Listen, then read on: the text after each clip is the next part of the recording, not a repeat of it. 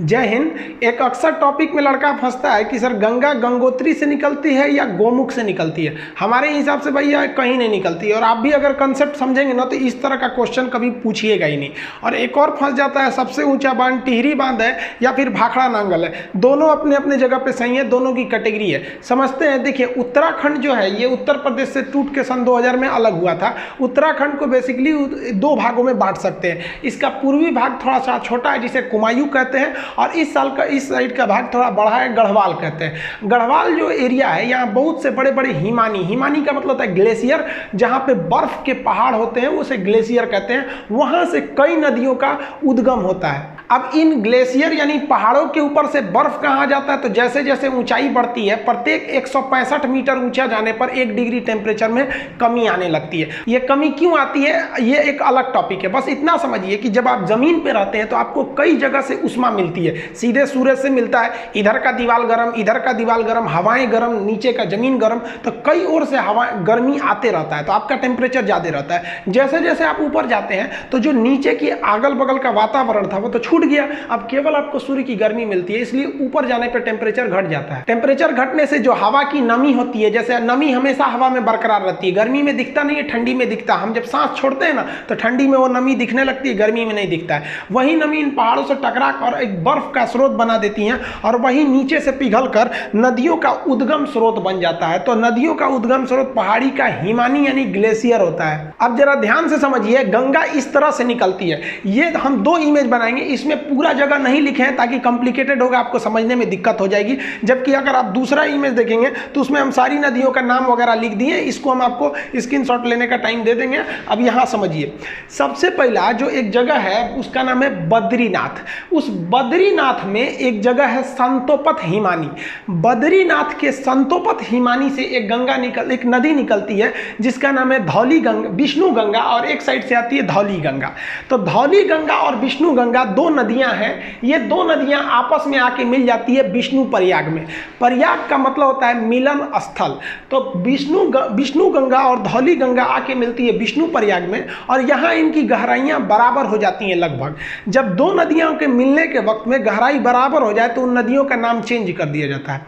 यदि एक की गहराई ज़्यादा दूसरी की गहराई कम तो नदी गहरी वाली नदी के नाम से ही नदी आगे बढ़ेगी। तो यहाँ लगभग गहराई बराबर हो जाती है विष्णु प्रयाग में, तो नाम बदलकर इस रेड वाली नदी का नाम रख दिया जाता है अलकनंदा नदी। यहाँ से यहाँ तक ये रेड वाली नदी है अलकनंदा नदी। अब इसको ओवरव्यू में समझिए। अलकनंदा आगे बढ़ती है, आगे जाकर एक नदी आके मिलती है जिसका नाम है नंदाकिनी नदी। मंदाकिनी अलग है और नंदाकिनी अलग है। नंद लाला जो है नंदाकिनी नदी आके मिलती है, तो वो नंदाकिनी नदी कम गहरी है, अलकनंदा ज्यादा है, तो नंदाकिनी यहीं समाप्त हो जाएगी भूगोल के हिसाब से। अब ये भी जगह तो मिलन स्थल हो गया। मिलन स्थल को प्रयाग कहते हैं, चूंकि नंदाकिनी नदी मिली है इसलिए इसे कहते हैं नंद प्रयाग। नंद प्रयाग के बाद नदी और आगे बढ़ती है, तो यहाँ आगे बढ़ती है तो एक और नदी आके मिलती है पिंडार नदी। पिंडार नदी जहाँ आके मिलती है उसे कहते हैं हम लोग कर्ण प्रयाग। तो कर्ण प्रयाग में पिंडार नदी आगे मिल गई। अलकनंदा जो है कहती है भाई तुम कम गहरा हो, तुम यहीं खत्म हो जाओ, आगे हम ही बढ़ेंगे। अलकनंदा आगे बढ़ती है तो एक और नदी आके मिल जाती है, वो नदी निकलती है केदारनाथ से। ये वाली निकली थी बद्रीनाथ से। उस नदी का नाम है मंदाकिनी नदी।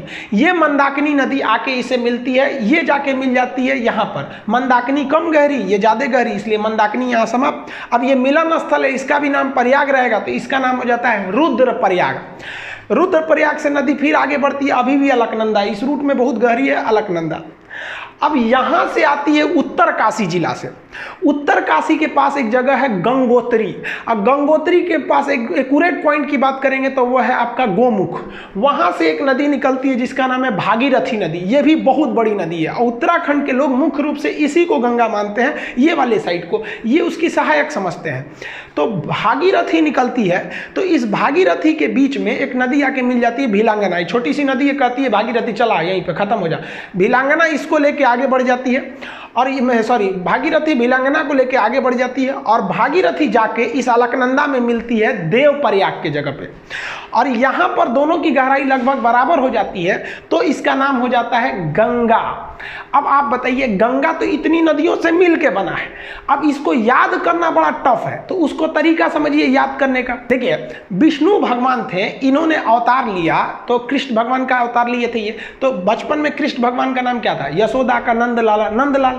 तो विष्णु भगवान क्या बने? नंदलाल बने। और ये जब बचपन में थे, आगे बढ़े, तो ये हमेशा इनके कान में बाली रहता था। आप देखेंगे कृष्ण भगवान काल में बाला पहनते थे और गले में उसके बाद रुद्राक्ष की माला। तो लाइन से याद रखिएगा, विष्णु भगवान से याद रखेंगे विष्णु प्रयाग, नंदलाला से याद रखिएगा नंद प्रयाग, कान में बाली पहनते थे तो कर्ण प्रयाग, गले में रुद्राक्ष की माला रखते थे तो रुद्र प्रयाग। और जब इतना चीज कर देते थे तो कृष्ण भगवान का जो रूप हो जाता था वो एक देव की रूप हो जाता था और उनकी वाणी देव की वाणी हो जाती थी। अकेले महाभारत निपटा दिए फाइल अकेले, इन्हीं की तो मतलब उपदेशों को गीता में रखा गया है। तो लास्ट में वो किसका रूप ले लिए? देव का रूप ले लिए। यही 5 प्रयाग है जिसे हम पंच प्रयाग कहते हैं, जो हिंदू धर्म के हिसाब से ये पंच प्रयाग घूमना बहुत ही शुभ माना जाता है। उसे अपने जीवन में ये पंच प्रयाग घूमना चाहिए। तो कौन प्रयाग हो गया आपका? विष्णु भगवान से याद रखिएगा विष्णु प्रयाग, नंद प्रयाग, कर्ण प्रयाग, गले में रुद्राक्ष की माला तो रुद्र प्रयाग, और सकल हो गया इनका किस तरह से देव की भांति इनकी रूप हो गई तो देव प्रयाग। यानी 5 प्रयाग को मिला देते हैं पंच प्रयाग। तो सीक्वेंस आपको याद हो गया। अब पिछले स्लाइड पे चलते हैं। यहां देखिए, ये वाला प्रयाग कौन सा होगा? विष्णु प्रयाग।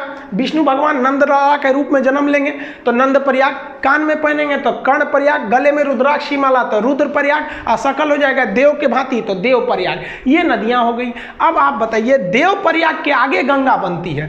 तो बीपीएससी में क्वेश्चन पूछा था कि ये भागीरथी तथा अलकनंदा का संगम कहां होता है? तो वो होता है आपका देव प्रयाग में। समझ आ गया? अब इसको एक बार दोबारा समझते हैं। संतोपत है, हिमानी है बहुत बड़ा, वहां से निकलती है धौली गंगा, विष्णु गंगा। कहां मिलेगी? विष्णु प्रयाग में। नदी का नाम हो जाएगा अलकनंदा। अगली नदी नंद प्रयाग, नदी का नाम रहेगा नंदाकनी और जगह का नाम हो जाएगा नंद प्रयाग। इसे भी अलकनंदा लेके आगे बढ़ेगी और अलकनंदा में आगे जाके मिलेगी पिंडार नदी। अब की जगह कौन हो जाएगा? कर्ण प्रयाग।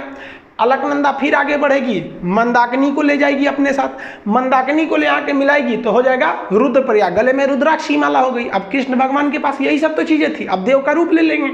यहाँ पे भागीरथी आएगी अपने साथ भिलांगना को मिलाते हुए और मिल जाएगी देव प्रयाग में, और यहाँ से बन जाएगी गंगा।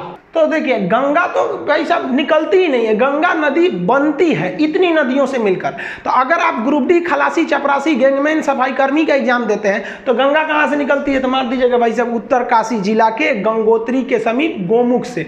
लेकिन अगर आप बड़े एग्जाम को देते हैं, कमीशन लेवल का, पीसीएस, यूपीएससी लेवल का, तो इतने छोटे लेवल का वो क्वेश्चन ही नहीं पूछेगा गंगा निकलती कहाँ से, क्योंकि उसको पता है कि भाई साहब गंगा निकलती नहीं है। गंगा एक बहुत बड़ा नदियों का एक पैटर्न है, ड्रेनेज पैटर्न है, जिसे समझना पड़ेगा। इसमें हम इन नदियों को लिख दिए हैं। यहाँ पे जो घेरे हुए हैं ये प्रयाग है, विष्णु प्रयाग, नंद प्रयाग, कर्ण प्रयाग, रुद्र प्रयाग, देव प्रयाग, और ये नदियों का नाम लिखे हैं। एप्लीकेशन में जब इसी को पढ़ाएंगे तो इसमें हम आपको याद, क्लास में जैसे याद करा देते थे उसको याद करा देंगे। अब यूट्यूब पे याद थोड़े कराएंगे बैठा के आपको, और इसका पीडीएफ और नक्शा में हम आपको इसको भरवाते थे। याद करिए, जब उत्तराखंड का नक्शा मतलब मैप के क्लास में पढ़ाते थे तो ये तो पूरा चीज आपको बता देते थे। अब इसमें 2-3 चीजें अलग से आप जान लीजिए। भिलांगना नदी जैसे आके भागीरथी से मिलती है तो इसके संगम के समीप ही बनाया गया है टिहरी बांध। अब ये टिहरी बांध में पानी बहुत भयानक लग जाता है और इस टिहरी बांध पर खतरा होता है, इसलिए टिहरी बांध के पीछे एक सपोर्ट के लिए एक और बांध है जिसका नाम है कोटेश्वर बांध। तो टिहरी बांध किस पर है? भागीरथी नदी पर बनाया गया। इसके सपोर्ट के लिए कोटेश्वर बांध बनाया गया। जब भी बड़े बांध बनाए जाते हैं तो उसके सपोर्ट के लिए पीछे भी रहते हैं। जैसे भाखड़ा बांध बहुत बड़ा बांध है तो उसके पीछे एक और बांध है नांगल बांध। तो भाखड़ा अलग है, नांगल अलग है, ऐसे मिला के पढ़ देते हैं तो भाखड़ा नांगल एक लगने लगता है। अब दोनों बांध की कैटेगरी अलग है, दोनों में कौन ज्यादा ऊंचा है उसको समझिए। देखिए, उत्तराखंड का जो टिहरी बांध है ये तो भागीरथी पर स्थित है, और पंजाब का जो भाखड़ा नांगल बांध है वो किस पर है? सतलज नदी पर। अब दोनों बांध की कैटेगरी अलग अलग है। ये बांध 260 मीटर है ऊंचा, कहीं कहीं आपको 255 देगा, तो 260 मीटर ऊंचा है, तो ये जेन्युइन है, ऊंचा है। ये वाला बांध जो है वो थोड़ा कम ऊंचा है, 225 20 मीटर ही ऊंचा है, लेकिन दोनों बांध की कैटेगरी अलग अलग है। जैसे कोई लड़का है 6 फीट का और कोई लड़की है 5 फीट की, आपसे पूछा जाए सबसे ऊंची लड़की कौन है, तो इसको थोड़ा कहिएगा कि 6 फीट का, भाई साहब तो कैटेगरी अलग होगा, लड़की में तो 5 फीट को रखना पड़ेगा। लेकिन कह दे कि इन दोनों में सबसे ऊंचा इंसान कौन है, तो भाई लड़की भी इंसान लड़का भी इंसान, तब आप कहिएगा कि नहीं 6 फुट वाला ही है। तो यही एग्जाम में पूछता है कि सबसे ऊंचा ग्रेविटी बांध कौन सा है, तो देखिए इस बांध की जो कैटेगरी है वो ग्रेविटी कैटेगरी का है और ये बांध की कैटेगरी अर्थ फिलर है। ये बांध जब पढ़ाएंगे ना तो उसमें हम आपको बता देंगे कि बांध कितने टाइप के होते हैं, आर्क बांध कौन सा होता है, ग्रेविटी कौन कौन से कई टाइप के बांध होते हैं। तो कैटेगरी के हिसाब से पूछता है ये कि सबसे ऊंचा गुरुत्व यानी ग्रेविटी बांध कौन सा है, तो भाई साहब ये 260 होने के बावजूद इसको आंसर नहीं देंगे क्योंकि इसकी कैटेगरी अलग है, ये तो उस कैटेगरी में है ही नहीं है जिस कैटेगरी का क्वेश्चन पूछ रहा है। तब आपका आंसर हो जाता है भाखड़ा नांगल बांध। लेकिन जब क्वेश्चन कहेगा कि भारत का सबसे ऊंचा बांध कौन है, तो भाई साहब आप अर्थ फिलर हैं तब भी बांध है, ग्रेविटी है तब भी बांध है, आर्क बांध है तब भी बांध है। तो अब आपके लिए कैटेगरी का बाउंडेशन खत्म कर दिया और ओवरऑल में अगर कहेगा सबसे ऊंचा बांध कौन सा है तब हो जाएगा आपका टिहरी बांध, लंबा में हीराकुंड अलग हो जाता है वो सब। तो ये समझ में आ गया आपको।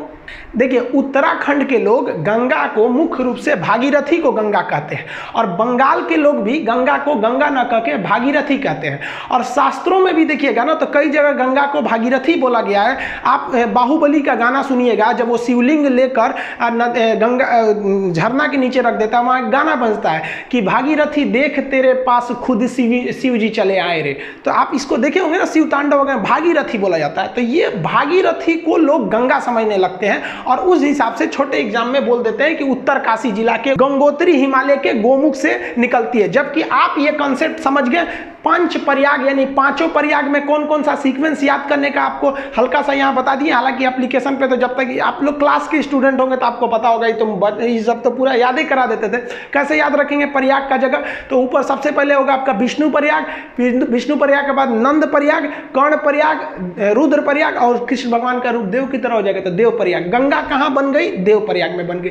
गंगा नदी जो पहाड़ी एरिया से निकलती है, तो यहाँ वाले एरिया में ना जो गंगा नदी, यहाँ मानव बस्तियाँ बहुत कम है, चूंकि पहाड़ी एरिया है तो प्रदूषण बहुत कम है। और इस गंगा में ना एक बैक्टीरियोफेज पाया जाता है।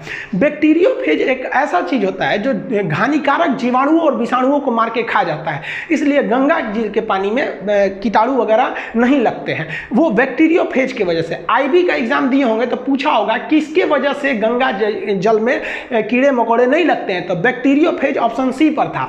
तो ये ध्यान से रखिएगा आप लोग। और आजकल देखिए हम लोग की भी कुछ गलती है, गंगा नदी में जो क्षमता है उसको पुनर्निर्माण करने की, उसमें तो हम लोगों ने अत्याचार कर दिया। कानपुर से जब गंगा निकलती है एकदम गंदगी मचा देते हैं, तो हम लोग गंगा को कुछ ज्यादा गंदा कर दिया। वो तो लॉकडाउन हो गया तो जो हम लोग सोच रहे थे गंगा साफ करेंगे अपने से साफ हो गया, अभी थोड़ा सा ढील हुआ ना लॉकडाउन में, फिर गंदा करके हम लोग रख दिए। तो प्रकृति से हम लोग भी खिलवाड़ करते हैं तो प्रकृति हम लोग के साथ भी कर देती है, कोरोना वगैरह देके। तो ये आप समझ में आ गया आप लोग को। इसका पीडीएफ वगैरह एप्लीकेशन जो पढ़ेंगे आप लोग, तो एप्लीकेशन पे इसका पीडीएफ और इसका जो टेस्ट हो गए अब तक कितने क्वेश्चन इससे रिलेटेड दिए गए उसमें दे देंगे। और न्यू रिक्रूटमेंट भी आ गया, आप देख रहे हैं, आप लोग को अब अच्छे से पढ़ना पड़ेगा, ये नहीं कि ऐसे छोटा मोटा पढ़ लेंगे तो रिजल्ट हो जाएगा। आई होप आप इसको समझ गए होंगे। मिलेंगे नेक्स्ट वीडियो में, तब तक के लिए जय हिंद।